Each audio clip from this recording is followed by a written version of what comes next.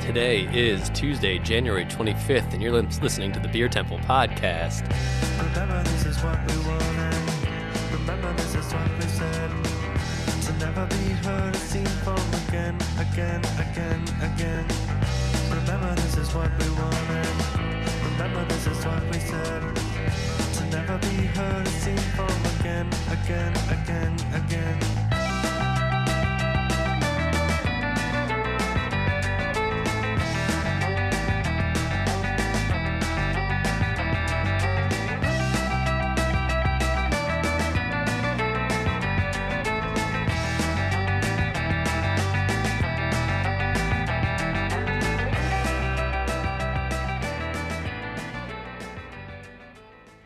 Hello, and welcome to the Beer Temple podcast.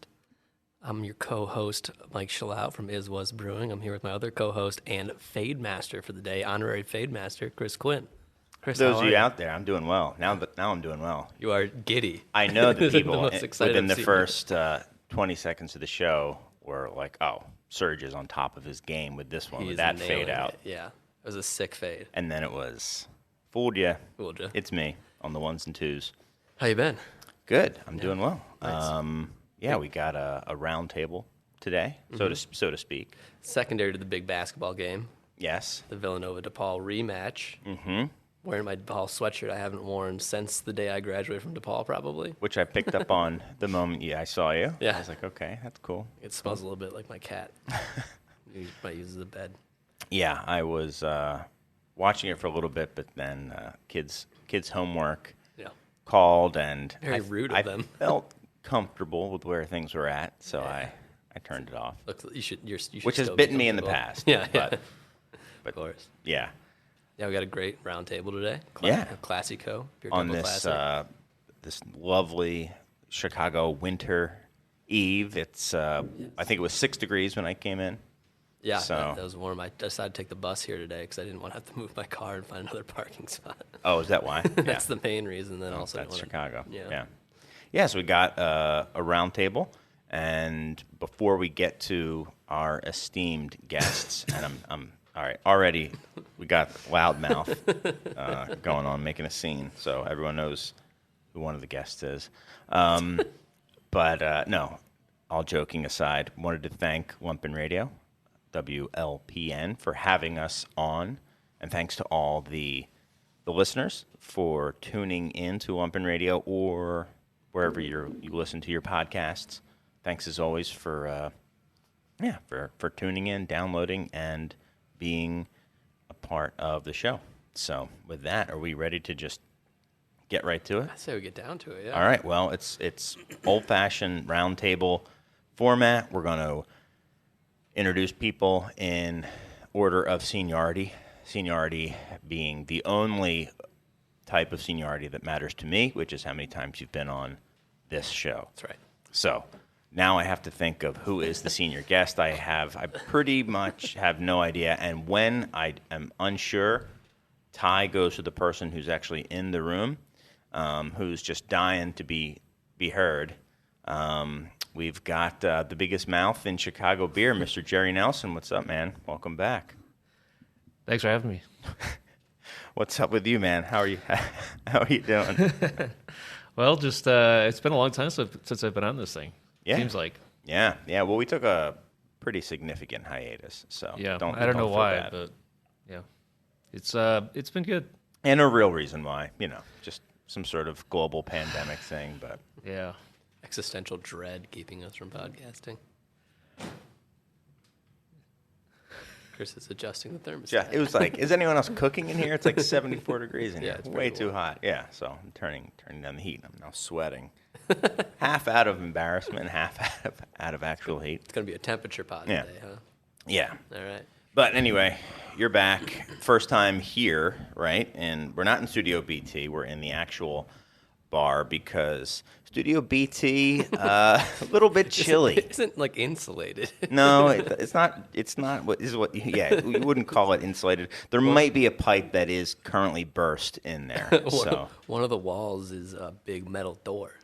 Yeah, like single. I don't know if ply is the right word, but So it's chic. basically the Scott toilet paper of metal roll up doors.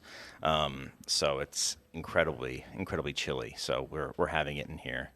But moving right along to our next senior in-house guest is Mr. Michael Roper of the Hop Leaf. What's up, man? Things are good. I'm feeling good. You know, Good. it's warm in here. You know, It is that's warm. a good thing. Yeah. Because it's really cold outside and Yeah. not a lot of people out drinking. But we've got some nice beer here, so I'm happy. Yeah. We'll get to that beer in just a moment. The third member of the panel, you don't count as a member of the panel anymore, Nope. Mike, Yeah. is Bryan Roth of good beer, of everything, right? I mean, what have you been up to, Bryan? I'm being warm, apparently, Yeah. is the right answer. How you been, man? Good to see you.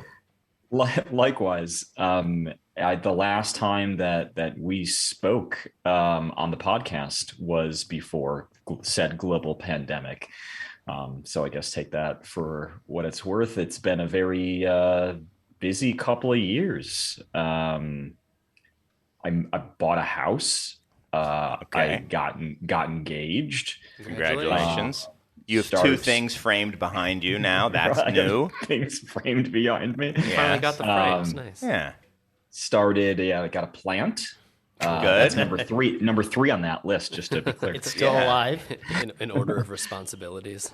And January 2020, what a perfect time to start a brand new venture. Took over a brand new content stream with Good Beer Hunting. So Nice. I act as news editor for the Sightlines section of Good Beer Hunting, which Cape or Not is our primary reporter. And I also work as editor and writer for a business-focused subscription half of Sightlines, which goes into all the nerdy data stuff that I love. Very cool. Very cool. Well, Yeah, it's congratulations been on all exciting. the moving and shaking. Thank you. You can afford overshirts now, I see, which I'm not really. I'll leave it at that. I forgot to give my recap of the last 2 years, but Okay, what's your recap? You got to deliver now. You got to Gary. deliver, man. Or you can just say, it's all right, whatever. well, lots going on. But Yeah. Well, lots just going on. I just threw out like a full house here, so unless Yeah. you got something really good. Right, exactly. well, I have a foster child living with me. There you go. That's exciting news, Yeah, I think you told me that was going to happen. amongst other things, including Yes. opening a brewery right before the COVID shutdown. And Like Literally the day that the day of, I think, or This is like all your fault, Jerry. yeah. yeah, Nope. I remember it was like the shutdown was imminent. Everyone was expecting probably in the next day or two for there to be some sort of announcement, and you had a friends and family day, and yeah, we moved everything up a week because we knew it was going to be shut down. we'll probably get delayed by like a And week so or we're like, something. well, so we may as well have one good day. yeah. So I went there with my mom. I took my mom out there, and that's what you want to do with the oncoming pandemic is take an elderly loved one out in public. But we were fine. Good. And had a good time there. Is that like the 16th of March, I think? Yes, it was. That's the exact day Yeah, that I I'll was never there. forget that day. Yeah, me either. That And was a freaky day. And I thought, like we're gonna be closed for 3 weeks or something, Yep. and like and it's just gonna pass. It's gonna be kind of this little blip. No, I mean, not even a slight inkling that it could possibly last anywhere near this long. Yeah. Yeah. No. No, I don't think anyone expected that. I mean, even the worst case scenarios, I don't think. I mean, some people said, get ready for 18 months, I think. Yeah. Even that, I was like, you're crazy. Right. Well, here we are. All right, enough of that. I can't. I'm sure we'll get to plenty of depressing things. Yeah, people but have been saying the show's too upbeat recently. So yeah, that's true. I gave true. good news, so Yeah, that's true. You did. lied with that. So I think we should just keep on rolling with the classic format of the roundtable and talk to people about what beers they've had lately that are exciting to them, or what beers they're looking forward to that they're excited to try. So I've never pimped someone to share a beer, but I'm going to do it now because and it doesn't even have to be your beer, Michael, that you talk about, but I want you to talk about this beer that you brought with you because I am excited to.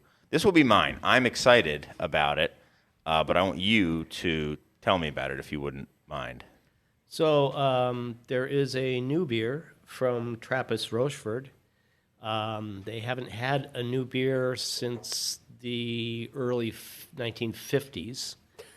But the story of this beer is that this actually was the original beer that the Trappist monks brewed in 1920 when they began brewing beer. And then they discontinued it at some point, and they do their 6, 8, and 10. And then recently they revived it. And so we got it delivered today. And so, I mean, there was no opportunity for us to sample it before ordering it. But Rochefort has a pretty good track record. I don't think you're taking too much of a gamble with the first new beer from Rochefort in, 70 years or so? 60 plus, Yeah. Yeah, and it is a different thing for them. I think it's 8.1%. It's still strong, but their classic beer is quite dark and roasty, and this is a Belgian triple, so it's a little different. It's a bit sweet, I think, but I think it's still pretty balanced, and I'm enjoying it. I was looking forward to it. In the pipeline, there's a couple of other new Trappist beers on the way. There's I think a quad from West Mall, and they haven't had a new beer since before World War II, I think. Right. And then there's a new British. Everyone's selling out, man. Is Mega Man going to be on that label with all Exactly. these? Yeah. I think Mega Man will be on some sort of 8-bit art. Yeah, wearing a frock. What's the over? Shaved What helmet are right the in chances of identity theft, intellectual property theft in the upcoming West Mall quad? 100%. They're trying to be on trend. It's true. It's true. Yeah, those monks, they don't get out much, but they still keep up on the trends, I think. Yeah, I think they're going to be on TikTok doing a little dance or something like that, and then rolling out their new quad. Yep. Exclusively announced on TikTok, I hear. Absolutely. Doug convinced them to do that. Yeah, Doug. Yeah. Well, that's very exciting. I do like it. I think you're right. It's a little sweet, but I would definitely put it as a classic. Don't you find triple. it? I don't taste the alcohol at all. There's no heat. No. For 8% plus, it's actually really easy drinking.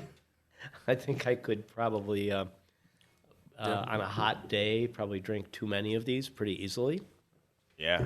Is that 8.1 or 8.7? I can't see. 8-1. 8.1. 8.1. Yeah. 8-1. Kind of light. Yeah. No, It's a session beer. Yeah, it's a session triple. Well, very cool. So, thank you for bringing this. When's the West Mall hitting? This summer. Okay. So it's a little ways away. Perfect. They're nailing the season with that one. Yeah, you want a quad, and maybe it'll come out in August. Yeah, Perfect. exactly. Well, thank you. Who wants to go next? Anything you guys have had lately or are interested in trying? I was actually at the Hop Leaf, like Michael's lovely establishment, on Saturday. I had two very different beers. I had a main lunch, which was tasting fantastic. And then I had a Dodola, I think it was Ora beer? Yeah. Yeah, Ora beer, which was, it's amazing as always. Yeah. It's like there's no other beer that really hits what that hits. That No. kind of darker, slightly acidic, brown ale, I guess. Strong, too. It's Yeah. strong. Yeah. You definitely taste the alcohol, I think, in that one. Yep. Yeah. It's good. But Which I delicious. like. I mean, I like great that. with the sausage plate. Very nice. I agree. Yeah. Yeah. Very cool. Yeah. Who's going next? I guess I am. All right. I yesterday I had a Black Project Habu. It was a sour from Black Project. Really good. Nice. How'd you get your hands on that one? We just a little bottle share from one of the guys at the Okay. that came to the brewery on our trivia night. But On what night? on Mondays we have trivia night. Oh, I thought you said archery night. I was like, this sounds like a bad This idea, sounds like Jerry. sounds like a great idea. This is I an bet you that'd insurance be- issue. Yes. Bottle share and archery. Well, not a big battle share. Really. Yeah. We have a couple people bringing one or two Little things in. arrows, Yeah. couple bottles. Yeah. Not a big deal. BYO arrows. It was good. But I'm sorry, what was the From name of the beer? Habu. Habu. I think 3-year-old beer. Okay. Oh, nice. 3-year-old in package. So Very cool. nice. Nice. Very, very cool.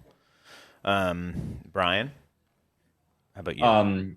I recently spoke with the co-founders of Talea Beer Company, based out of Brooklyn, Tara and Leanne, and they were kind enough to share with me some of the beers that they've released recently, and they're all just like really delightful, nuanced, just regular beers.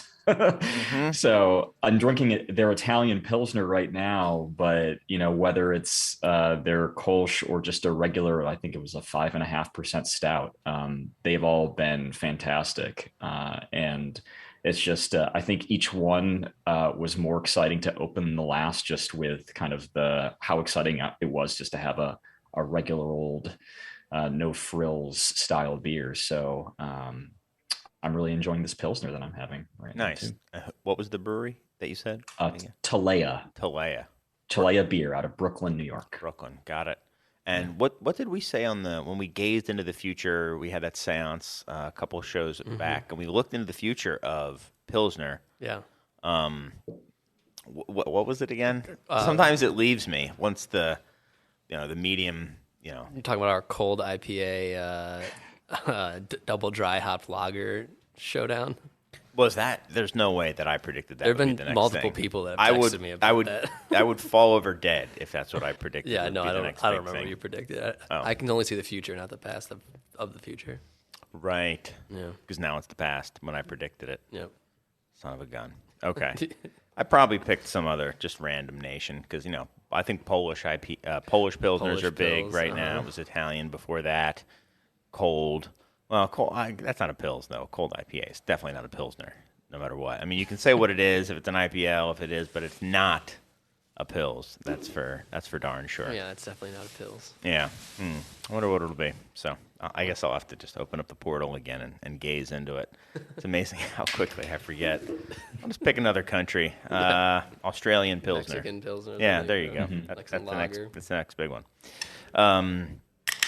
Did you want one of your own, or are you cool doing the Rochefort, Michael? I didn't want to steal your thunder. If you had anything else you had. This is kind of what I'm excited about right now because we got to try it together right here. Right. I do have a couple things I'm looking forward to that are coming down the pike. We're doing something we have talked about for years of doing a house beer with a brewery, a local brewery. And we've been working on something with art history and Greg Very Brown. cool. And so our actual date of our 30th anniversary is February 15th. Mm-hmm. So we're hoping that these two beers that he's concocting for us will be ready for that date. I always liked, like McSorley's always had, Yes. they had a dark beer and a light beer, or the old days, the Berghoff. Mm-hmm. What do you want, light or dark? So we are doing a dark house beer and a light house beer. Okay. And we're keeping them moderately alcoholic, easy drinking. By Rochefort standards, or Not okay. by Rochefort standards. 9.4% alcohol. You heard it here. and then a heavier one. Super Pilsner. That's what you were predicting. The dark beer is likely to come out around 4.6, I think. Okay. And sort of a Czech lager. Got it. And then we're doing a kind of an interesting pale ale. I wouldn't really call it an APA. He's using Orval yeast on it, but no Brett. Okay. So I haven't done the test yet to see what they're like, and we may tweak them a little bit prior to that. But next week I'll be going out to check them out in Geneva, and it was something that was kind of exciting. I just Greg is somebody that's been around the beer scene here for a long time, and he's kind of found a new home that seems to work for him, and he's brewing like really straight, normal styles, like beer-flavored beer. You're not going to see any pastry stouts from Greg Brown. So we're going to see how that turns out, and if it does turn out the way we think it is, we're going to have it exclusively available on tap all the time, and have it in cans to go. Awesome. So That's exciting. Cans to go, right in time for the 30th anniversary. Does steal a little bit of thunder from Jerry and I, who are collaborating on a house beer that is For your 30th anniversary. Yes, In the future. in the future, but we're going to release it soon. And it was okay. well, now I think I'm going to have to scrap it because I don't want to step on Go ahead. Michael's toes. It's going to be a weight gainer pastry stout called what's it called? A Massive Gains 5000, right, Jerry? Protein powder. It's like a bulk. I call it a bulking stout. Well, everyone was talking about how electrolyte beers were going to be a thing. Yes. You guys are more of like a protein pre-lift drink. Is that Yes. what this is? Yeah, it's not a recovery thing. You No, wanna no. be Downing this before No. you lift heavy. Yeah. Beef broth maybe in there. A little bone Maybe. broth, yeah. A little collagen, I could tell you, but there's some NDAs that would have to go down. Indeed. But there's definitely massive gains to be had from downing these. Yep. See, that was a full keg that Jerry just knocked over because he's been How having strong he That's is. how strong he is. Glass didn't break. There you go. So, Jerry, we're just gonna have to go back to square one and figure it all out now. I don't know what we'll do, but sorry to break that bad news. Why don't should we just roll right into the first one? I think the first one I think is going to be pretty quick. We alluded to it last week.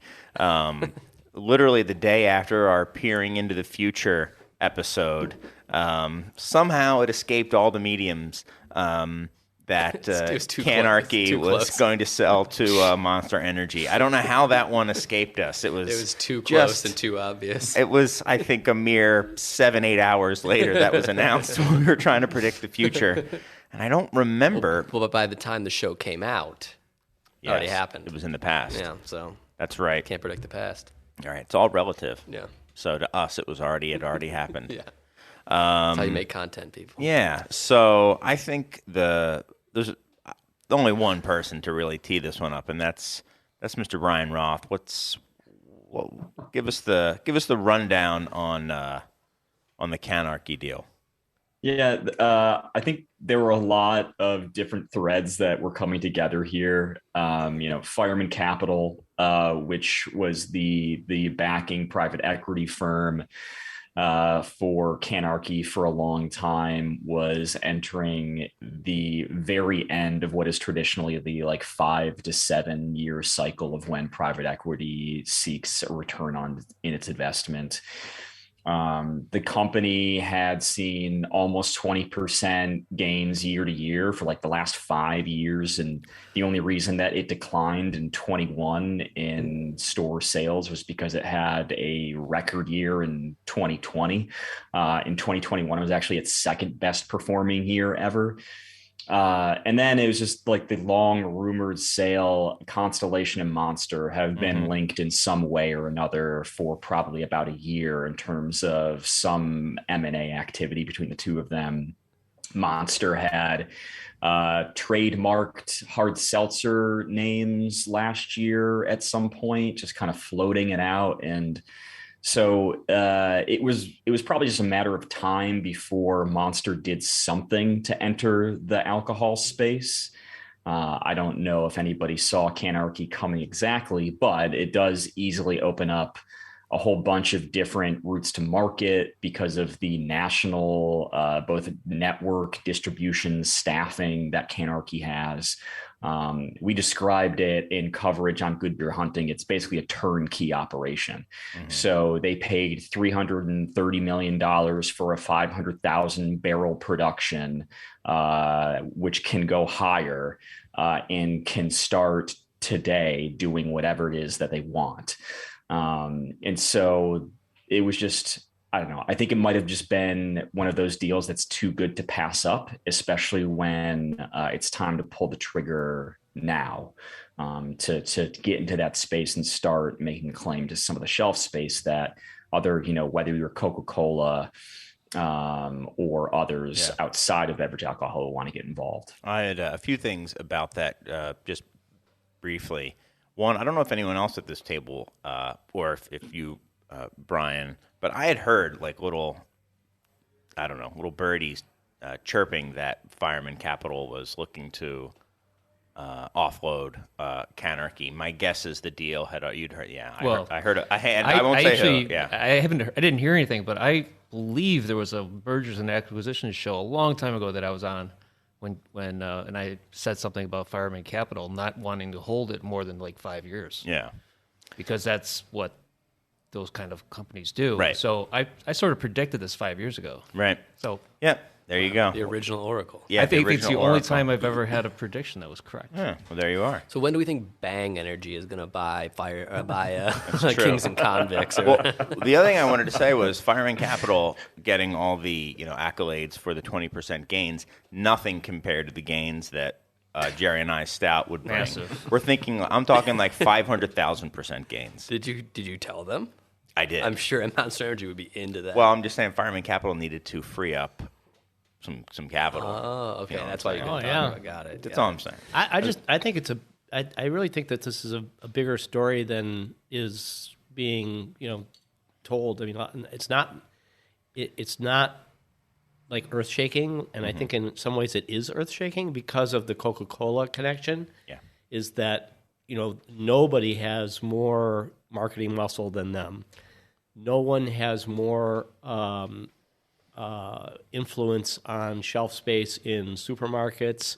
They are also, they can get any kind of product into sports stadiums, concert venues, things like that. And I'm thinking that with that backing, the Canarchy thing really makes a lot of sense.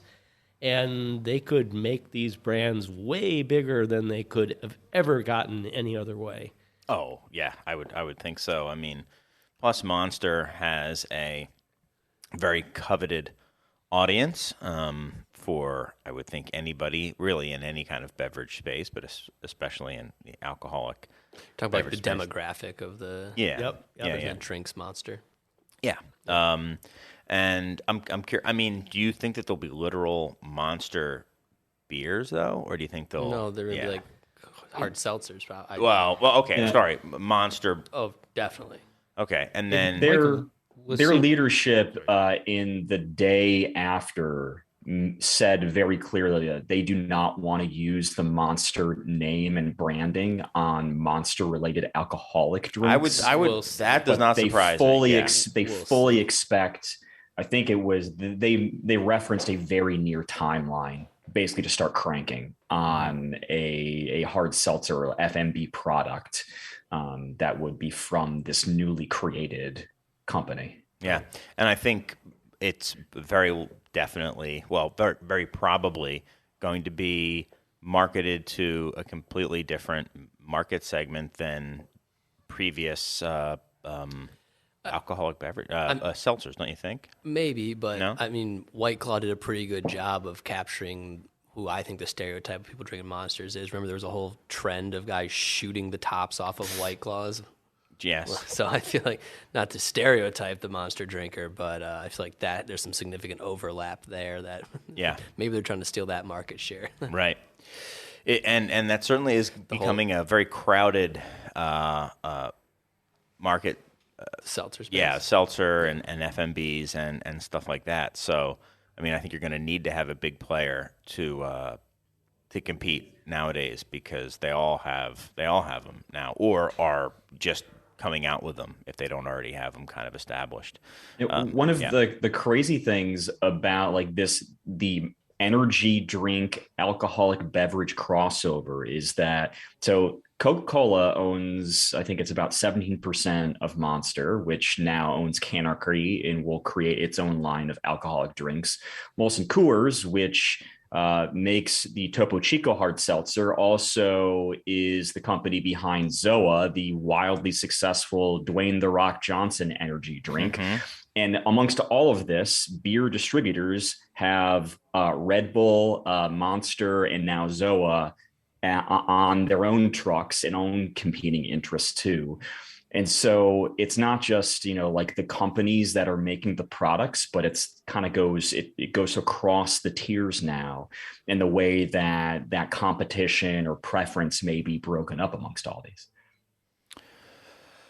Yes. So you're saying that they could kind of control more shelf space with or larger chunks of the set in kind of big box or big retail environments? Yeah, I mean, I think there's a lot to be said about the value of, plug and play operations for some of these companies. And that's something that Monster was pretty clear with the way that they talked about Canarchy being able to take advantage of the logistical and infrastructure setup that Canarchy already has. And so, when you look at a couple of the hottest beverage segments in the country, energy drinks have been doing well, and they're coming off of a really strong year too, Monster amongst them. And then, it's either going to be hard seltzers or ready to drink cocktails, or a hard seltzer that's malt based that is fashioned to taste like a ready to drink cocktail. Like there's a lot of crossover here. There's a giant Venn diagram and there's a lot of overlap in the way that these businesses, both from ownership to distribution to how this works out to retail space, that is going to have to be figured out as a lot of these, non-alcohol companies get involved in the alcohol space. So does Monster Energy really care about the current products that Canarchy has? I mean, I'm sure that they're happy to have them, but I mean, it sounds to me from what you're saying, Bryan, that it's more of a infrastructure and capacity play, where this was ready, this already had the pipelines kind of built out, the relationships there, and the capacity to get big in in whatever direction it was needed immediately, and that was much more important than projections for the new Highlight 18-pack or something like that. Yeah, I mean, there is a lot of important aspects that are built into what Canarchy does already, because for as much as the pandemic has forced shopping for alcoholic products into stores, like Americans were already purchasing 77 to 80% of their volume of alcohol from stores to drink elsewhere at home.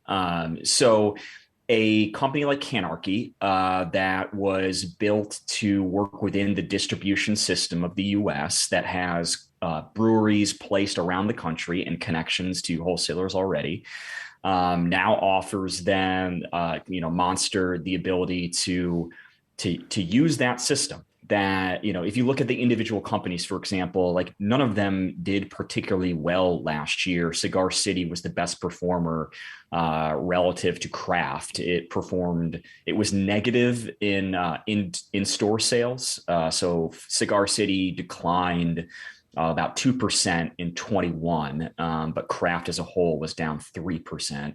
Everybody else is worse. And that includes Oscar Blues, which is kind of like was the original and flagship brand, I would say, for Canarchy. So, kind of what the company's named after. I mean, right, exactly. Yeah. And so, like, are there sexy pieces there? Like, I don't know, but they all have hard seltzers now, for what it's worth. But is the real advantage there both the infrastructure with what they can build on top of what exists already from the beer brands, yeah, it is there. And so, Monster, which already is well versed in trying to manage, wholesale and retail sales from its own knowledge, like now all of a sudden has another significant piece that's a part of that works within the structure of getting product A to shelf. Mm-hmm. Yeah, there's a bunch going. It's a pretty complicated situation. And there's definitely been companies who have stepped into what seems like a natural fit, but the supply beer side or the distribution beer side can be quite different, and you start getting involved with these local family distributors who just sort of say, can look you flat in the face and say, no, what are you going to do about it?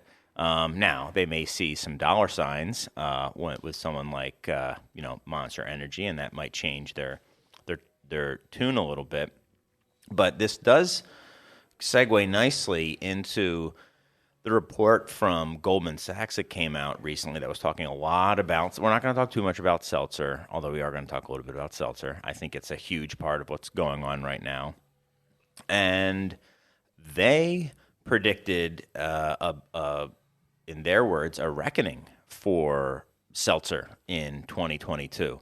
They seemed to think that there was a lot of big players coming onto the market. I don't even think I'm sure they didn't even mention Monster at all in that. So it was even prior to that. And they saw that there is still increasing shelf space for seltzer, but it's slowing down.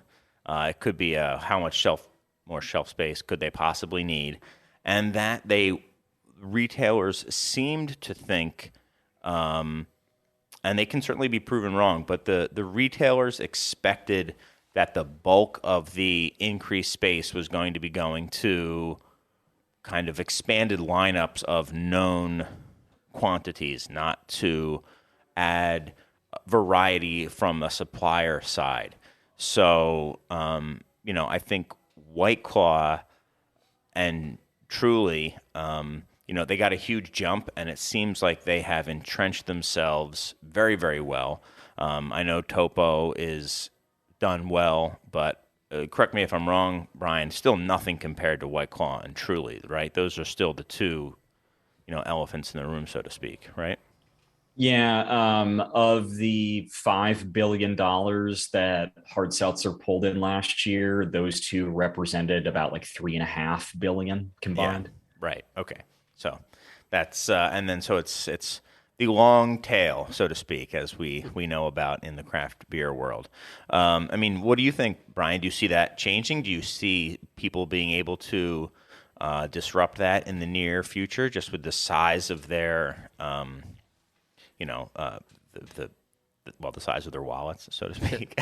Yeah. I don't know if Bud Light hard seltzer hard soda is gonna, be some kind of revelation necessarily. I am excited but this about way Topo to extreme Chico. flavors. Didn't you see the sign? Ready for flavor blasting, fruit flavors.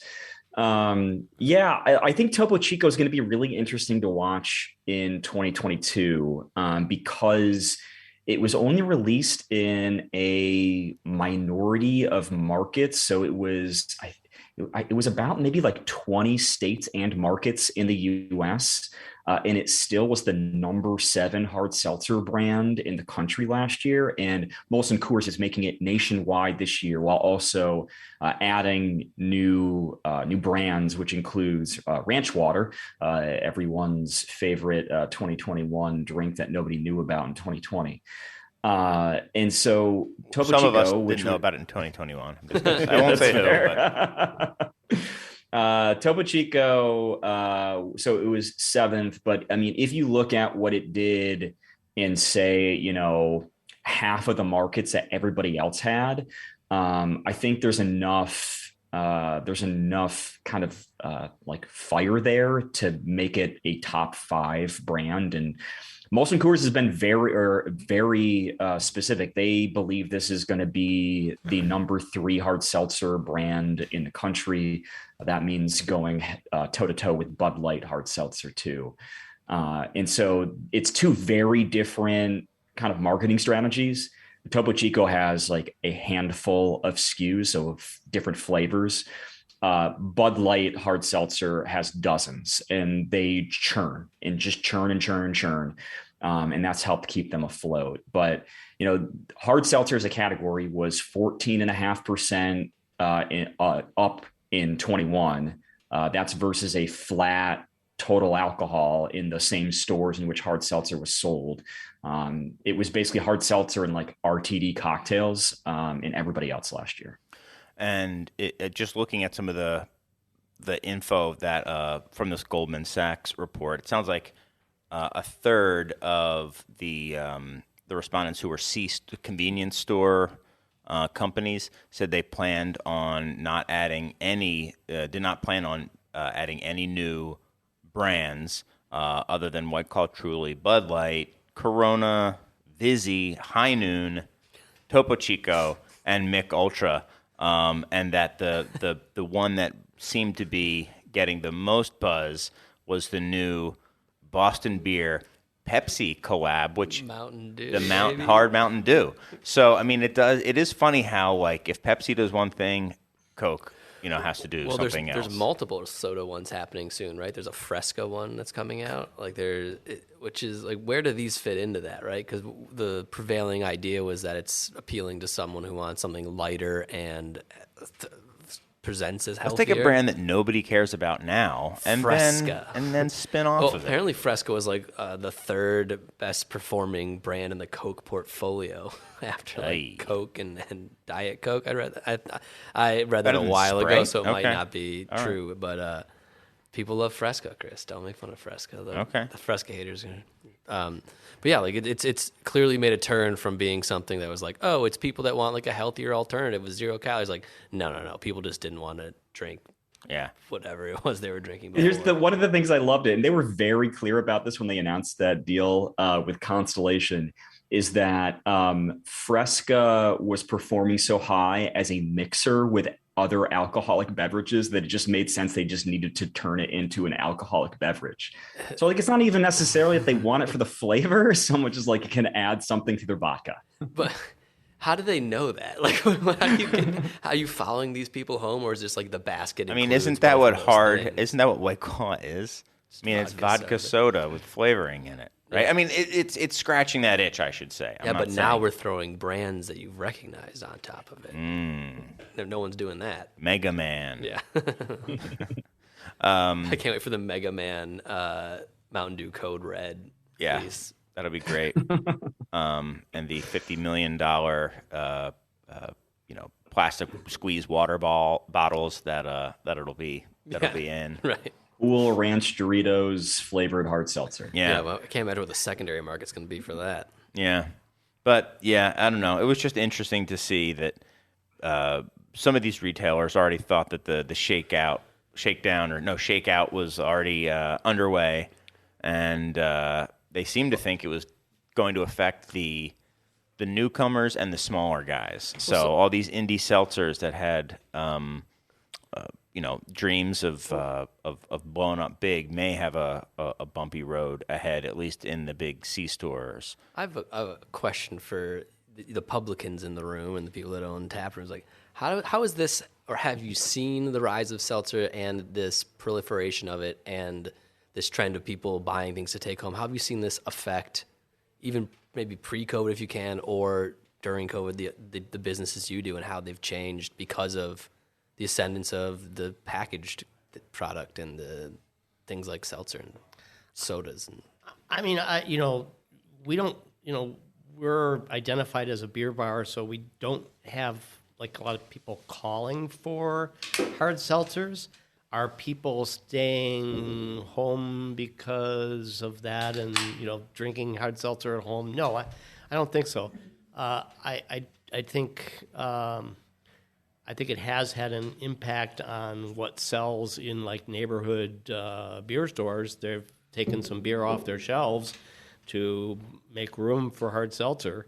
I have a little, view from my window of the liquor store on the corner, and I can't tell you how many people walk out of that store with packages of White Claw these days. You've seen people walking down the street with it all the time. And I do think that it seems to me, Bryan, you may know some actual information, which is looked at with, mixed feelings on this show. But it seems to me that seltzer, more than other categories, hard seltzer, I should say, is an off-premise, leans off-premise. And I do think that seltzer, did see a bit of a slowdown. It's still growing last year, and perhaps Can you say it grew 13%? Right, but I mean, it was. Do you think it's a massive. seasonal thing too? I think it sells a lot more in the summer. But I think with bars opening, it might have slowed down a little bit because people are taking it to go. I mean, what is the split on on premise, off premise for hard seltzer versus beer? Let's say. I don't know the specific numbers, but for Perfect. hard What do you seltzer, think? yeah. So for hard seltzer, it is almost exclusively off premise. Yeah. So grocery, convenience, big box stores. I mean, it's grown from it's 0 to 60, but it did grow triple digits Real quick last year in on premise. It is a big enough deal that Truly, which wanted 2020 to be its great unveiling of its draft version of its seltzer, that's going to be a national mandate for Buffalo Wild Wings locations. Is draft seltzer? Is Truly draft seltzer. And is that because now why does Buffalo Wild Wings care so much about draft? Is it that it's just that much more profitable for them to do stuff on draft, or yeah, I mean, they have so promotions that are draft heavy or something like that? This is something that I've talked with Jason Murphy, who's head of purchasing for their beer and innovation selections. Is that he's very clear about this. Is that they make these choices based on what they see in the marketplace and what they're kind of hearing from customers. And so if they have 20 taps on in a store, for example, that they're going to know the data behind it on top of what they see happening outside of their store. And so they've been on the forefront of trying to kind of reconcile the more I hate to say it, the traditional version of all these taps are beer versus maybe there's one tap that's seltzer, one tap that's a kombucha, depending on where you are in the country. And what else other people could come up with. He said to me that if there was a ranch water hard seltzer that he could get in draft, he would have it as one of those mandates. And that he saw enough attention for that specific kind of hard seltzer that it was worth his while. And ranch water is, my understanding, is tequila, seltzer, and lime. Yeah, we should clarify because not everybody, Chris included, learning recently, is most people, right? Ranch water is based off a traditional Texas cocktail where it's Topo Chico, where this is the recipe basically. A cowboy would walk in, take a swig of Topo Chico, fill it back up with tequila, and plop a lime in it. Yeah, and that's ranch water. Thanks for clarifying. And that's I had ranch dressing in my ranch dressing in my mind, and that's so much a rancher, so much hotter as its own thing than just seltzer that they would mandate a second handle of essentially tequila sodas. I would say if he had his druthers, crazy. I would say that one of the reactions that we've had to the seltzer phenomenon is to have a more thoughtful cocktail program because we never did it before much. So, we can make something like that in-house and probably do it better than something in a can. And we've actually had great success with that, so that we have something for those hard seltzer drinkers who have now just said, I don't like beer. I drink hard seltzer at home. What do you got? Like, what do you got like that? And I think a lot of bars who blow their mind with a vodka soda. a lot of bars that don't really want to fill their coolers with White Claw have done this as an alternative, and I think that that's how we satisfy that itch that seems to be only scratched by hard cider for some customers. Hard seltzer, you mean? Hard seltzer. Yeah.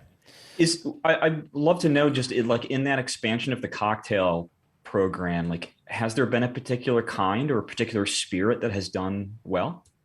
We've been trying to be a little bit exotic with what we use, but in that menu, there's going to be something with vodka that is going to be very specifically going after that person who normally drinks White Claw or whatever at home.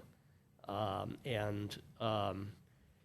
of those people, they have some illusion that these things are healthier. So if you have some kind of real fruit juice or something in there, maybe that makes them feel like I'm doing something good for my body today.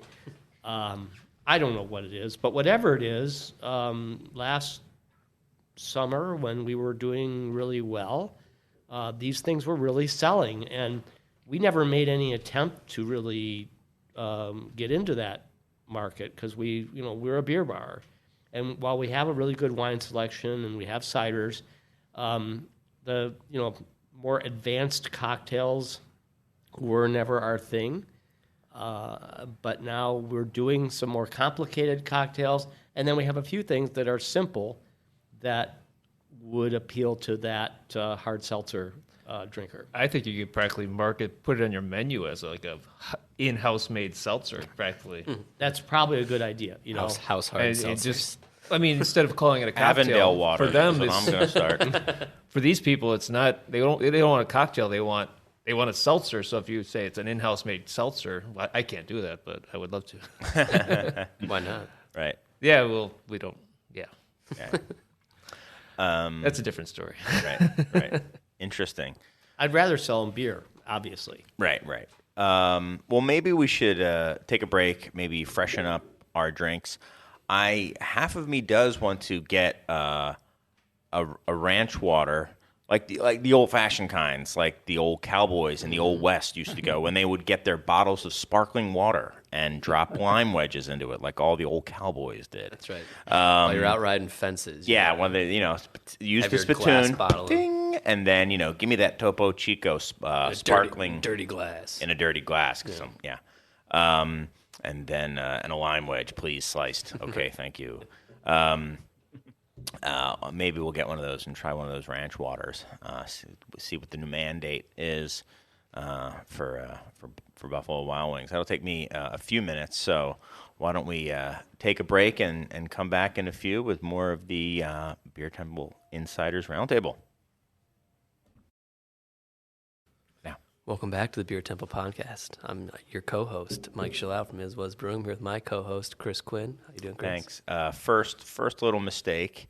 You're not supposed to say we're coming back and then push record and say now, which is what I did. So hopefully Serge can edit that out. Pretty great, though. Yeah. Mm-hmm. We'll forgive you. Thank you. I appreciate it. We're here with Michael Roper from the Hop Leaf here in Chicago, Jerry Nelson of Unane, and Bryan Roth of Good Beer Hunting. Yes. Amongst other things, or is it mostly just Good Beer Hunting? Now I can't remember from the intro. Still working for Duke? But still doing my day job with Duke University and director of the North American Guild of Beer Writers. That's it's right. A trade group that supports and represents journalists all over. That's right. Awesome. How many fluff pieces do you have to write for Coach K per week? Is that part of your? Is that when you? Thank when goodness you it's take the took last year we job? got to do that, right? Right. Oh, that's going to go on in perpetuity. I'm sure that's part of his retirement package. Yeah. Is the guaranteed fluff pieces will continue to be released weekly. 2025, K still looking comfortable in his Exactly. Barca lounger. Is he coming back? Yeah, exactly. Would Coach K ever come back? He's like, no, I'm 90 years old. Right. Talk about like what more is there possible to do. Okay, so here is a topic that I've been wanting to talk about for a little while. For listeners of the show, you'll know that when I get on something, it tends to come up time and again on the show. But Like your love of seltzers. like my love of seltzers, like my love of Julius, Julius. yes, that one, that's the one. Yeah. And this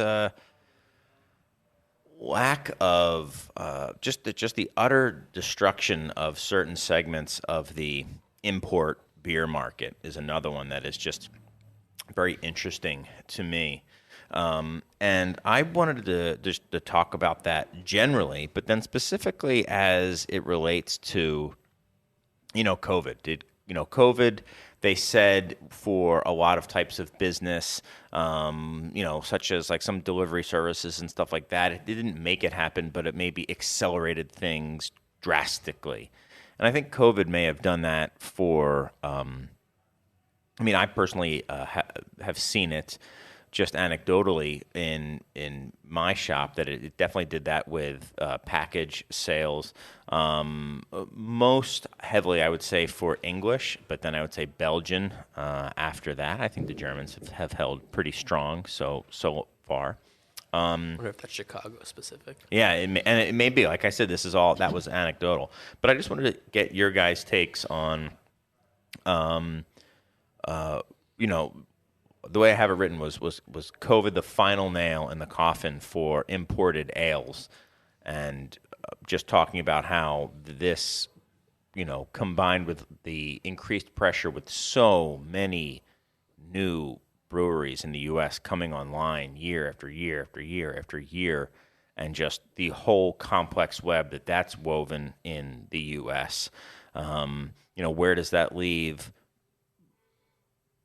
imported beer now, and where does that, and what doors does that open? Because definitely when one door shuts, another one is open. So just wanted to get your guys' take on the state of things with the import beer scene.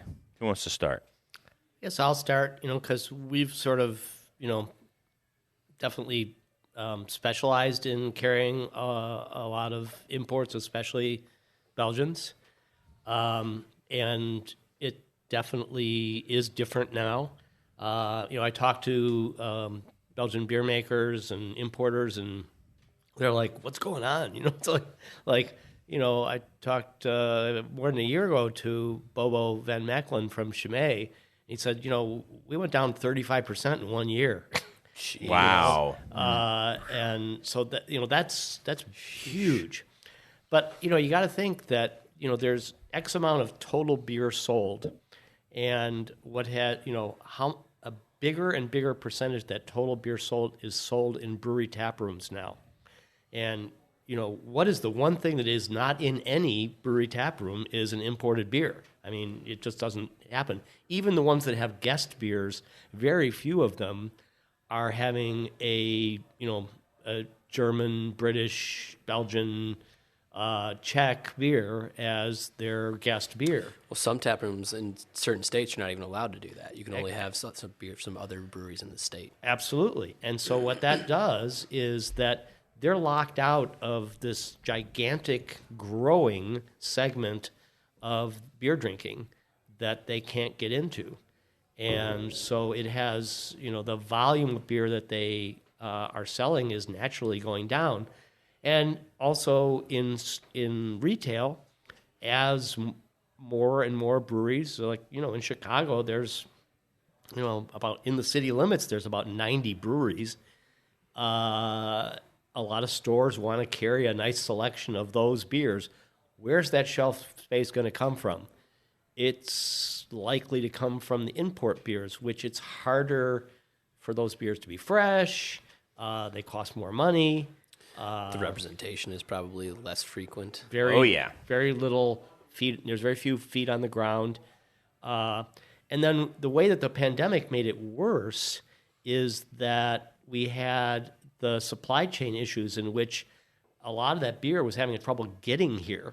So some of those brands that actually had some good representation and had some regular drinkers, those drinkers couldn't find the beer for months at a time. And during those months, they found other things to drink. We've had a really hard time with some of the draft Belgian beers that we have sold for years and years and years. Suddenly, we can't get them, or we get a couple kegs and then there's none for a long period of time. And that really hurts them, because if it goes away, if you lose that tap handle and people choose other things, it's not like you're automatically, oh, it's back, I'm going to drink that again. No, you lose some of those people. So it's a perfect storm for imports. I mean, they have a hard time competing on price. They are losing shelf space. They are competing against 10,000 American breweries, often who brew the same styles that they do. So it's a little rough. Now, my place, Hopleaf, has decided to, that we're still going to make every effort to carry as many imported beers as we always done on draft. And in fact, we've increased the number of German beers that we're carrying on tap. And we're using that as a point of difference to differentiate ourselves from the tap rooms that we compete against, because the tap rooms have taken an awful lot of our customers away prior to the pandemic. Had nothing to do with that. So those people, that segment of the market who want triple carmelite on draft, or they want a nice German Pilsner on draft, that's what we're trying to satisfy. And so it's still about a third of our 62 draft lines are imports. But I would say we're an outlier in that way. A lot of people are just dropping them altogether. Yeah, absolutely. I think many, if not most, bars don't have any drafts, and if they do, it would be a very large import lager. Probably like a Stella or maybe a Stiegel if they're going to get a little fancy, something like that here in Chicago, which is where Stiegel is Something's imported. More fancy than Stella. Right, exactly. It's an ultra premium product. Right, it is. I'm sorry, I take it back. Yeah, I think you're dead on. You're dead on there. I do think though that the Belgians have taken a hit. I think the Belgians generally a little bit slower and lamer with the marketing, if you ask me. And I love Belgian beer, but the marketing is not there. Marketing to Americans, I don't think is a strong suit. They're clueless. They make myths, but they don't actually market. Right. Right. So I don't understand why the history behind it isn't as appealing to the right. And if something becomes so bad that it becomes endearing, they immediately will change it. They're like one of those kind of brands too, Right. But anyway, so I think that's hurt them. I think for the more esoteric stuff, the Shelton book kind of crumbling and now kind of being reformed in shape of lime is now kind of helping with some of that Belgian stuff, but the British stuff has just been UK stuff, I should say, has been crushed. Yeah. Scottish stuff, English stuff, and I do spend a portion of my time now, every week, to tracking these down, hounding people, talking to importers, talking to distributors, and being like, this is not okay. Bring some in, even if it's like once a year. Like, make it a special thing. Yeah. But you got to bring some of these beers in. This is This is ridiculous. I mean, on a very liquid only level, those beers do not hold up as well as the Belgian or the German version. Yeah. So when you have something getting the heck beat out of it, I know Serge's going to edit out the swears, getting sent here and then it's going to sit on a shelf to find a very specific audience, they lose more than a Belgian beer is going to lose. Belgian beer might even get better. Yeah. Specific ones, not all of them. German beer is going to be pretty bulletproof, not get better, but not get as different as fast. So, I mean, the English are just way behind in the way the thing actually tastes when someone gets to have it finally. Right. But I do think when I was saying, when one door gets shut, another is open, that does open the door to, I think, people who can make quality versions of these styles domestically. Bryan, you were talking about a Pilsner and a low ABV stout and, normal beer is what you were saying. But I kind of read that as more classic styles or maybe, old world influenced styles. And I hope that's the case because I do think that there's a lot of different beer styles out there that people like to drink. And it would be a shame to just kind of cut off a whole segment of beer styles to people. Yeah. Yeah. I think there's, when we talk about imports in 2022, what it means for the broader drinking public is Mexican lager. Yeah. Right. And has for a while. It has meant that for a while, to be fair. And like, does not take away how amazing the other beers are so much. It's just like where that attention goes. And so like, Modelo Especial that is the number 2 beer brand in the country now behind Bud Light, just ahead of Michelob Ultra. And that's incredible. Yeah, that is incredible. But when you look at what imports are in terms of sales, it's Constellation's Mexican beer portfolio, and then everybody else who's treading water at best, trying not to drown. At best, treading water. I mean, I would think yes. After Mexican lager, you can probably count on one hand the brands who are treading water. Right. Even some of like the legacy continental macro brands, right? Like the Heinekens and the Ams. When's the last time you thought about Amstel or anything like that? So I had looked this up in some of the year-end data from IRI at the end of 21, and it was of the top 25 beer brands in off-premise sales, there were 10 that showed any amount of growth in 2021 compared to 2020.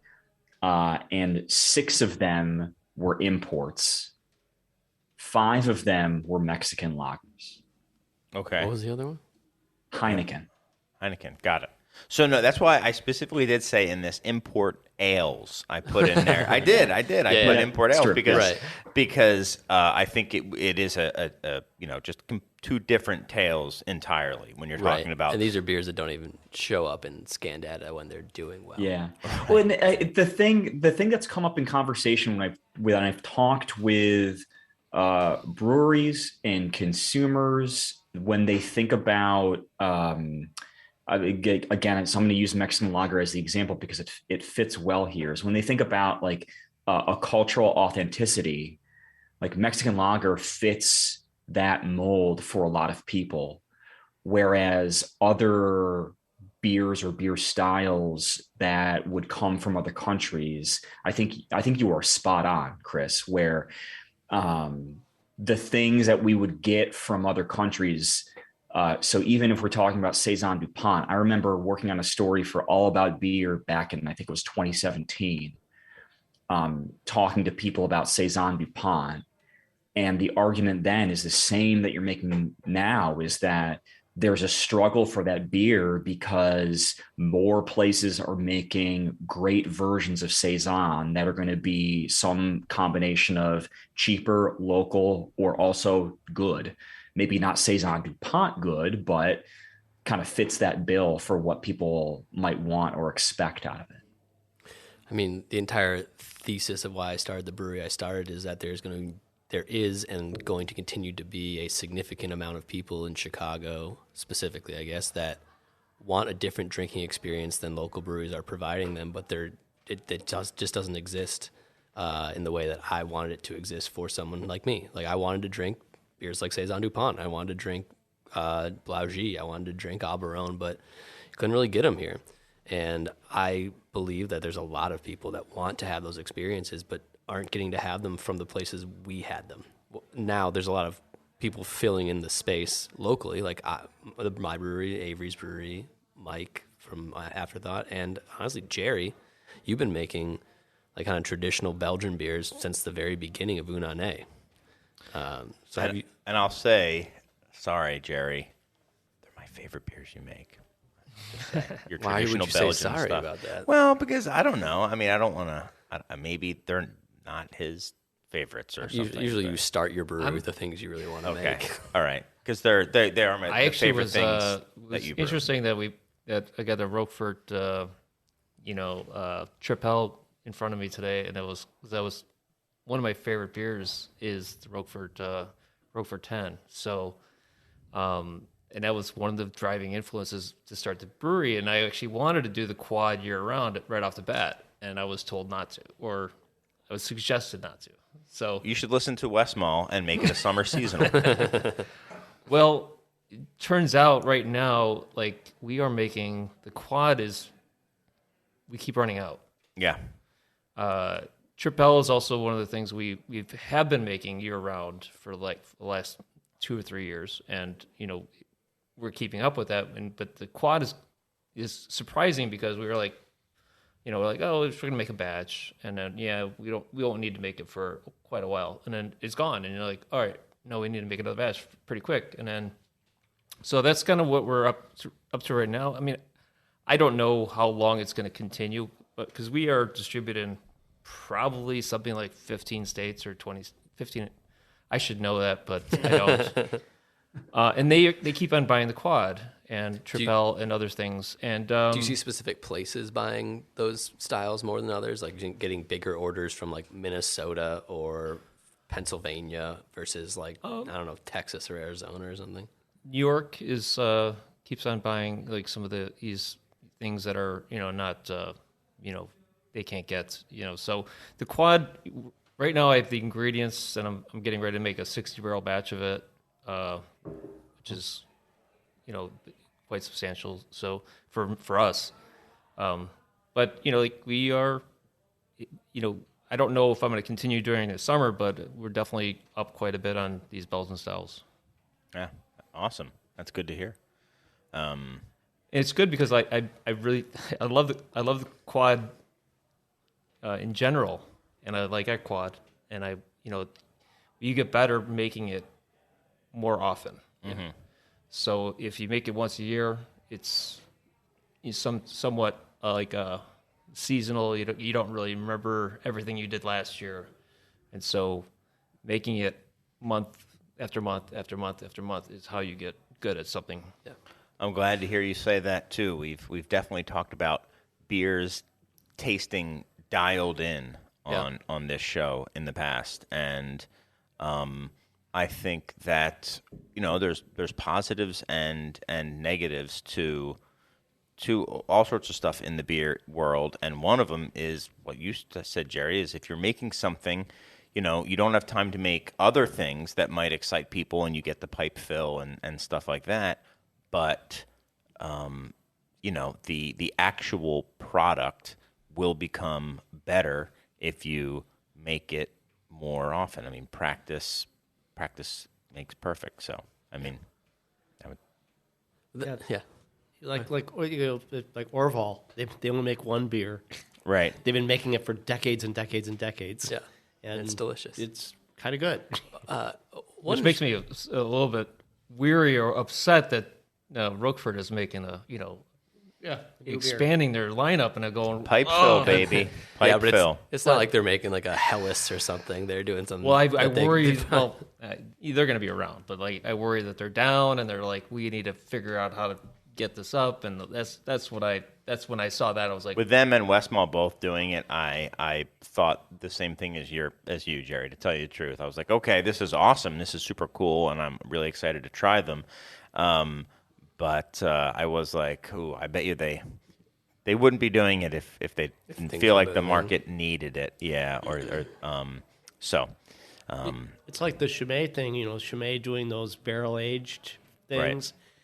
And I think that one of the things is that I don't know, I think if any of the Trappist breweries actually have monks brewing the beer now. They have to hire lay brewers, people from the, commercial beer world.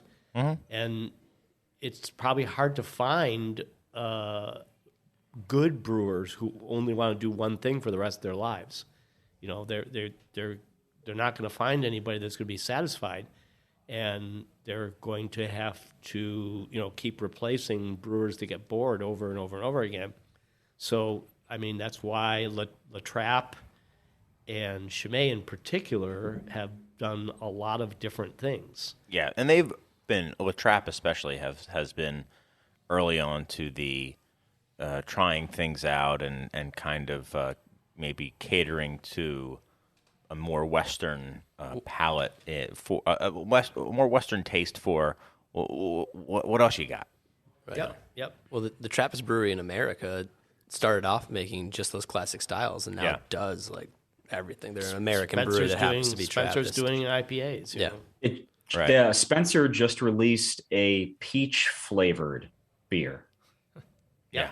like a natural flavoring peach beer. I tried it. Yeah. It's actually good. Oh, That's good. I mean, I'm excited about yeah. that. That's cool. Can I ask a question about that? The success with that quad, is that because it sounded like it was a bit surprising, but I'm curious if there was any indication if the ABV might be something there, or maybe if depending on how that works with sales of other kinds of beers too.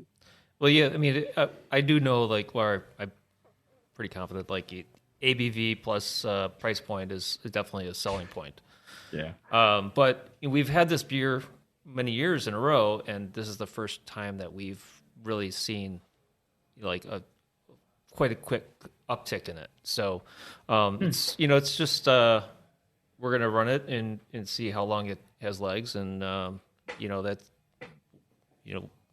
we're making a batch going into spring, and we'll see if we need to make another batch. One thing, sorry, not to change the subject too much, but one thing I find interesting about this is that if we think that part of the problem is American analogs and replacement level beers taking over these, you don't necessarily need the thing from Belgium anymore because you can get Jerry's Quad, that type of idea. There's a lot of Belgian-inspired breweries or breweries making Belgian-inspired beers in America.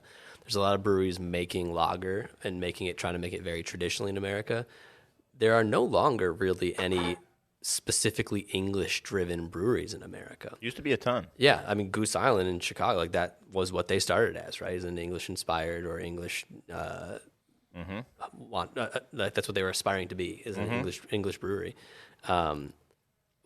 Why, to this panel, why do you think that hasn't become a thing? Like, is there just not the cachet in the market to present beautiful little English beers to people? Like, how come those two others have American analogs, but there really doesn't? At least in Chicago, maybe if you're in another market and there's like Hogshead or something. Right. Everyone Tell me talks I'm about wrong, Hogshead, and everyone but talks they're- about it's a Civil singular. Life. That's a singular on-premise experience. Machine I think. House in Seattle. So there's Right, three. I mean, so there's right, three.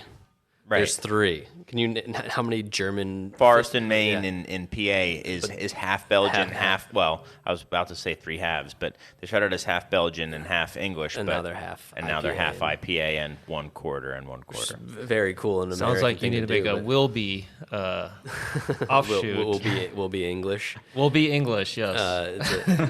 But why has the English that flavor profile or that storytelling not taken a hold with American producers of those beers of this generation?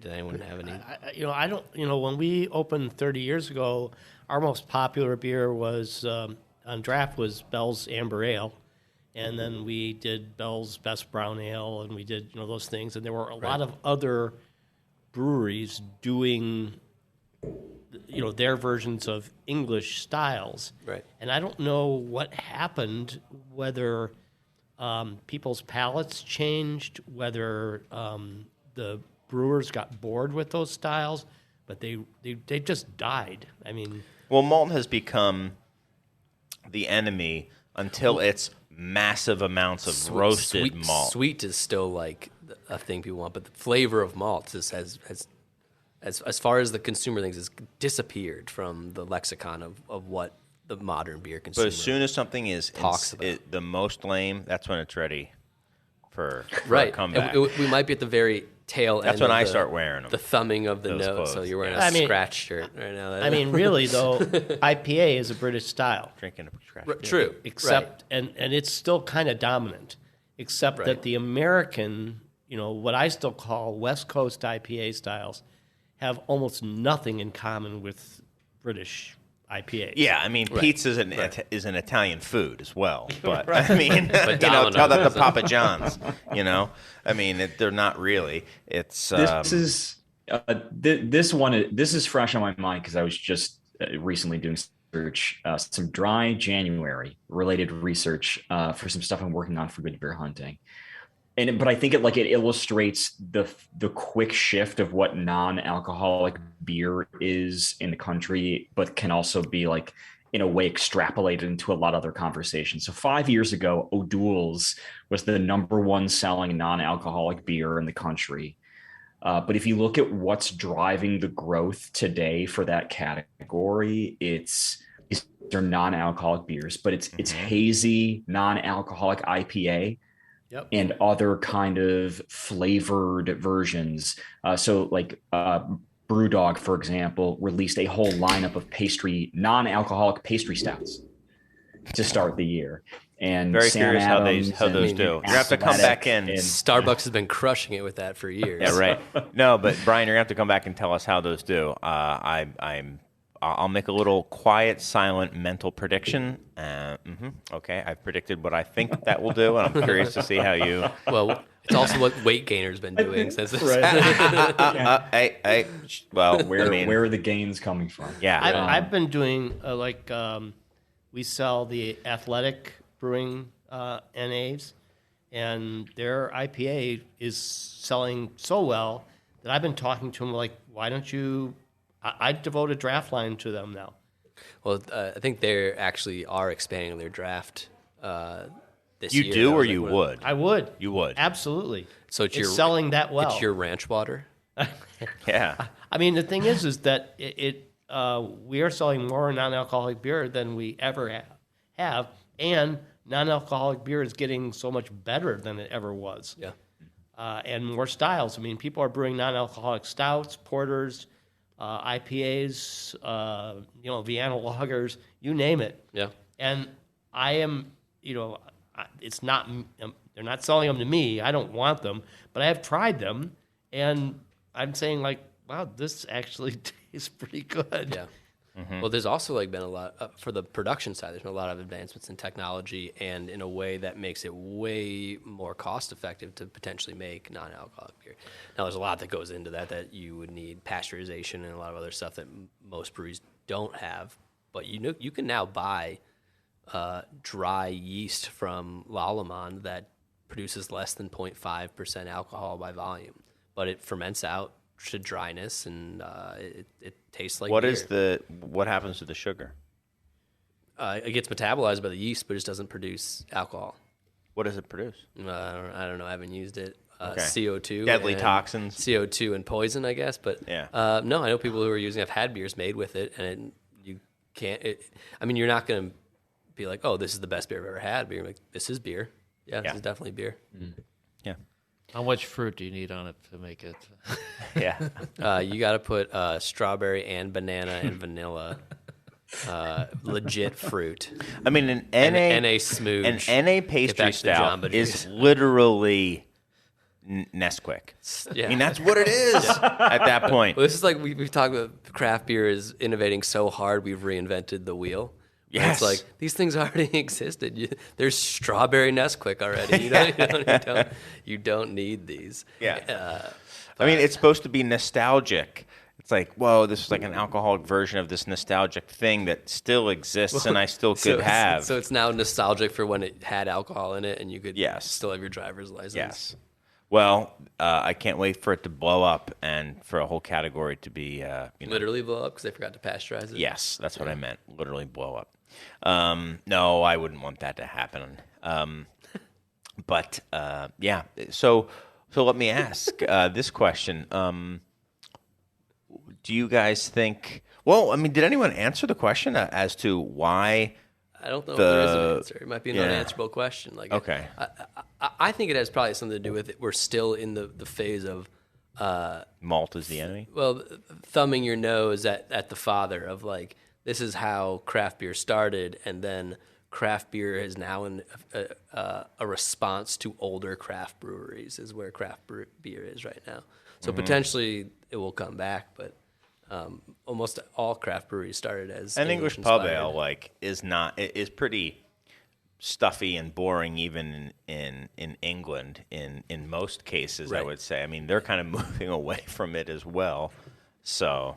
And I think they just weren't quite as good at the romanticism or storytelling as the Germans or Belgians. Right. It was just like, yeah, it's ale. It's part of what we do every day. Why would you not want it? It's pub ale. Yeah. It's an not supposed on-premise to be something experience. It's this thing that you can't really equate here anyway, and you need it to be. I think it's just very draft friendly. I think that it's brown ales maybe a little bit less, but I think you also need not a personality, but a brewery with a personality that wants to bring it back and believes in it, and then not necessarily just as something we also do, but as like this is the central thing we do. They may do other things because it's an American Trappist breweries are making IPAs, but These beers are fading in England at a precipitous Yeah. rate.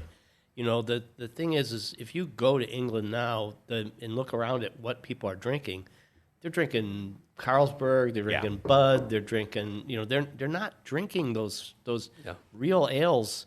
It's a small minority of pubs that even have the ability to sell I these. agree. So- The last time I was there, I didn't have the same experience that I did when I was in college, like 10 years earlier, or I don't know if it's 10 years, but like whatever. It was definitely like, wow, I can't believe I'm not getting that same pub experience that I used to. Well, the other, the thing is, pubs, the traditional pubs have been closing at a precipitous rate, and they're being replaced by restaurant groups taking some of these places and making them into more dining experiences. It's very different than the old pub experience. But you can say that the Germans in Germany, they still drink their beer the way they have been for a long time, and the Belgians still drink their beer as they have for a long time, but the British are not drinking their beer. well, it's been very different cultures from the beginning, probably, right? Where they were so hell bent on being all over the world and importing and exporting things. I wonder if that has repercussions to this. It might. I think that they have abandoned their traditional beers at a breakneck pace, and they're closing the pubs, and the pub experience is fading away. Whereas I think a lot of the other brewing nations. I mean, if you go to the Czech Republic now, there's a very lively traditional Czech beer experience, but there are new breweries doing cool things, and that's not. It's happening a lot less in the UK. Yep. I having just been there, I would say I was in Scotland, so it wasn't quite the same as being in London, let's say. But yeah, I mean, there were a few times where people were kind of surprised that we were buying ordering the ale. They're like, why are you ordering that? But it's probably an old man's drink or something like that. But doesn't mean that it, you know. I mean, I've talked to several people, not just like two or three, but that had a transcendent experience with a bitter, with Coniston's Bluebird bitter specifically when they've had it fresh.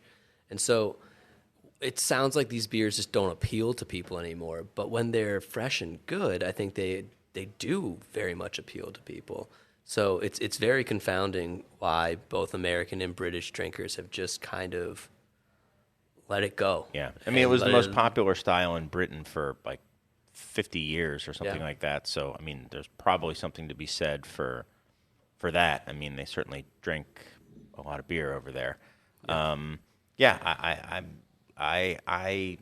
don't know. I know I'm a broken record, but I think that there's a market in any big city for someone to have that kind of drinking experience. I personally would recommend against calling it a bitter. That's just me.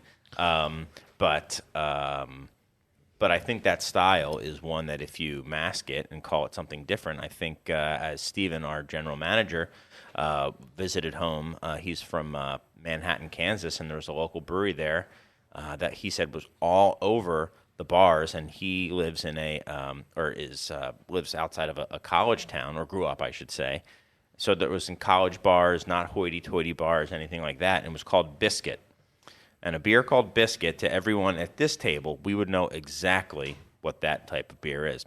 But that doesn't mean anything to the people who were ordering it. They just knew that they really liked it, and it was doing really well locally. And I think that says a lot as well, maybe on a very, again, anecdotal level, but these types of things exist in anecdote, right? Right. These types, there's never going to be we're never going to be on this, and Brian's not going to be like, well, the most ascendant style this year in the IRI data is English mild, right? Right. But this is like the beauty of the long tail. 90 the things shilling.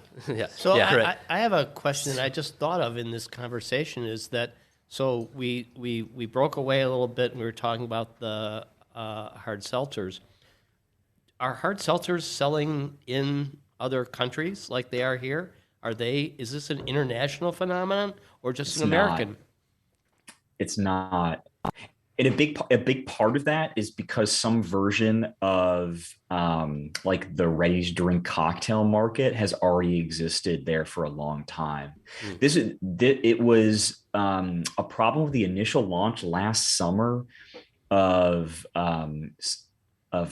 Mike's and White Claw in the UK, because for a long time the UK has already had an established like lower cost spirit-based canned version. And so the argument of, better for you doesn't really work, and this flavor is supposed to be, black cherry or mixed berry, whatever, doesn't really work. Just doesn't hit in the same way at all. And so America, everybody points at America as like, this is what it's going to be when we launch this new market, and it's not quite done that. When you look at places where American culture is a huge export, right? Like in Japan, and they've had that culture for a very long time. Like Chuhai is I think Chuhai is essentially White Claw. It's just like seltzer, hard alcohol with fruit flavors in it. So all this stuff already exists in culturally ready places with that, and the American culture doesn't have the cachet to sell it there, I would guess. They've also had like canned highballs forever. They've had Zima never went away. Right, probably because here there's so many crazy, intricate laws around production and distribution and retail that don't exist there. And it was probably just easier for someone to be like, well, I want to do this.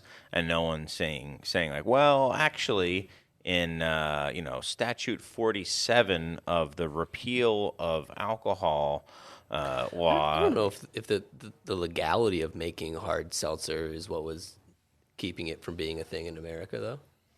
I think that, I think we're catching up to the rest of the world that I think product exists. I think that it was always assumed that type of product came from a distillate, because it did historically, and then you couldn't get those into a lot of grocery and stuff like that. Once these breweries started making it, that kind of changed things. So I think that was, in a way, was a breakthrough. It was And they like got where the tax alcohol higher. was. Right. And he got tax higher. So. Right. So like, if that hadn't been there, it might have been able to explode a little bit more easily. I mean, that's really the only reason, right? Is there a reason other than taxation and channels, access to different channels, that White Claw and stuff is fermented rather than a distillate in there? I mean, Brian, would you know? I mean, No, it's taxation, I would imagine. Sorry. Yeah. And like in the UK, for example, they have had it's a gin and tonic Gordon's that's been around forever. That is less than 100 calories. Like it's already fit that Right. space. And so, a lot of that culture was built around taxation necessity already. And there's as much, I think, this is a case in the United States now too. It's like there's as much consideration around what you're going to pay in taxes as to like what you can actually get on returns. mm-hmm. And so when it comes to trying to export this into other countries, like the competition is far more. And so I think the trying to make things fit just doesn't, it's not a square piece to a square peg. That's or true. a square hole. Yeah, that's in the same way. I mean, we were the U.S. might have been a little bit sheltered from all this stuff. So we were like our own little bubble of not having this stuff for those same reasons. Because if those products came in, they would be taxed differently. They would only be able to go into certain channels, and they just wouldn't, they just, I guess, wouldn't be as profitable and just didn't quite make sense. Or also they would have been making them domestically. So it maybe just was a vacuum of it, Which There's is also there was a talk about the White Claw customer earlier in the show, Mm-hmm. and you think about White Claw going into France or something. There's not that kind of person, and like I lived in France for 9 months, and There might be somewhere back down there, Not many. Yeah. No, those people I know the French beer drinker, et cetera, et cetera. And when you go that even in Britain and I just don't think there's that like. No, they're looking for massive gains. You and I know what they're looking for. They want massive gains. Everyone in southern France. I is looking think for massive we gains. might have to do 90 shilling curls first. Yeah, that's true.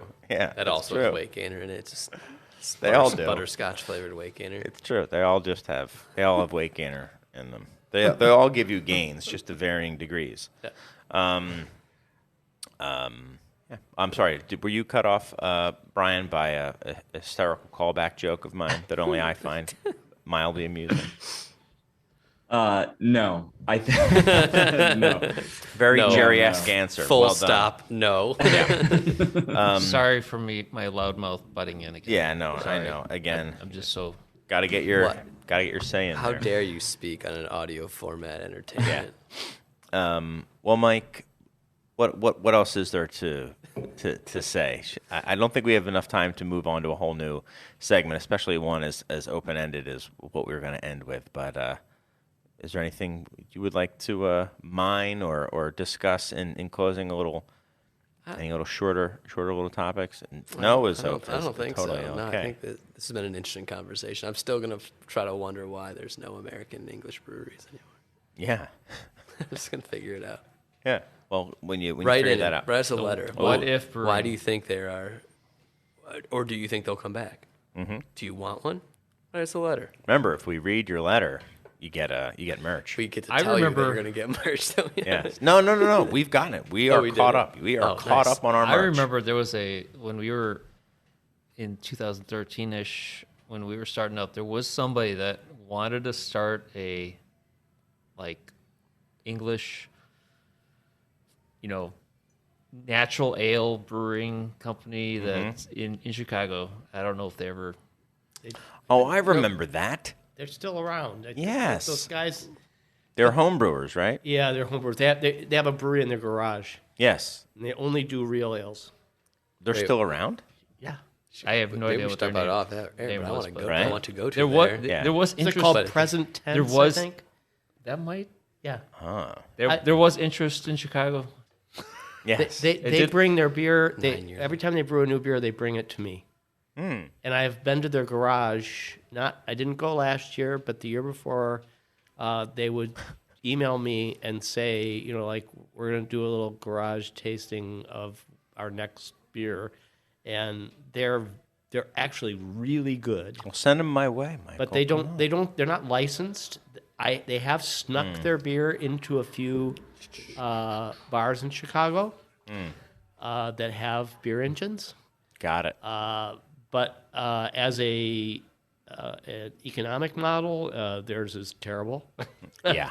They're not making any money. Well, it's a tap room model, like in America, for sure. Like, right, you have to like be able to pull people into your own space and sell them Garage. small amounts of beer, right? Like, it's not going to be something you can scale very well because that stuff doesn't even travel within the United States. No. So, We've been getting some casks lately, and everyone who has given us a cask, sold us a cask, I should say, it's not a money-making licensed brewery. venture. In fact, it's definitely a passion project that is worth the loss, is the way it's more or less they're communicated not to me. losing any money by selling you a pin of something. I'm glad you said it's not a pin; it's a full. Oh, whatever. full They're cask, not but, losing yeah. money by selling you beer. If Yeah. they are, that's their own fault. Yeah, that's fine. I mean, hey, they're selling it to me. Yeah. I'm happy. Right. You're giving them money. They're making money. Yeah, I'm okay with that. Yeah. We have a good one on right now. We've got Coffee Eugene from Rev. So Can't have caffeine after noon. I know. Well, tell me about it. Anything else that you guys would like to add? Any final words, Brian? About Coach K to fill your quota, perhaps? Most winning coach of all time. No, thank you all for having me on. It's been a very long time, and I'm so happy to be back. And it's Appreciate nice to it, be a part of this chat again. Thank you so much. Yeah, thanks, man. It's always for great. coming on. Yeah, it's great having you on. Good to see the frames and the new house and the house plant. And the And new- congratulations the future on wife. Yes, absolutely. Awesome. Yeah, thanks for coming on. It's nice to have actual data and facts, and there's only a few people Really that brought we me know down. who can do that. You know, A few? I don't know. That's pretty high. well, you know, That's a hot take.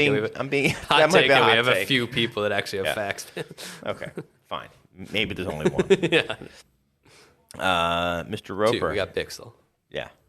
I agree. It's fantastic to be back in person and telling the story of what's going on right now, what we want to go on, and how we are anxious to return to normal, whatever the new normal will be.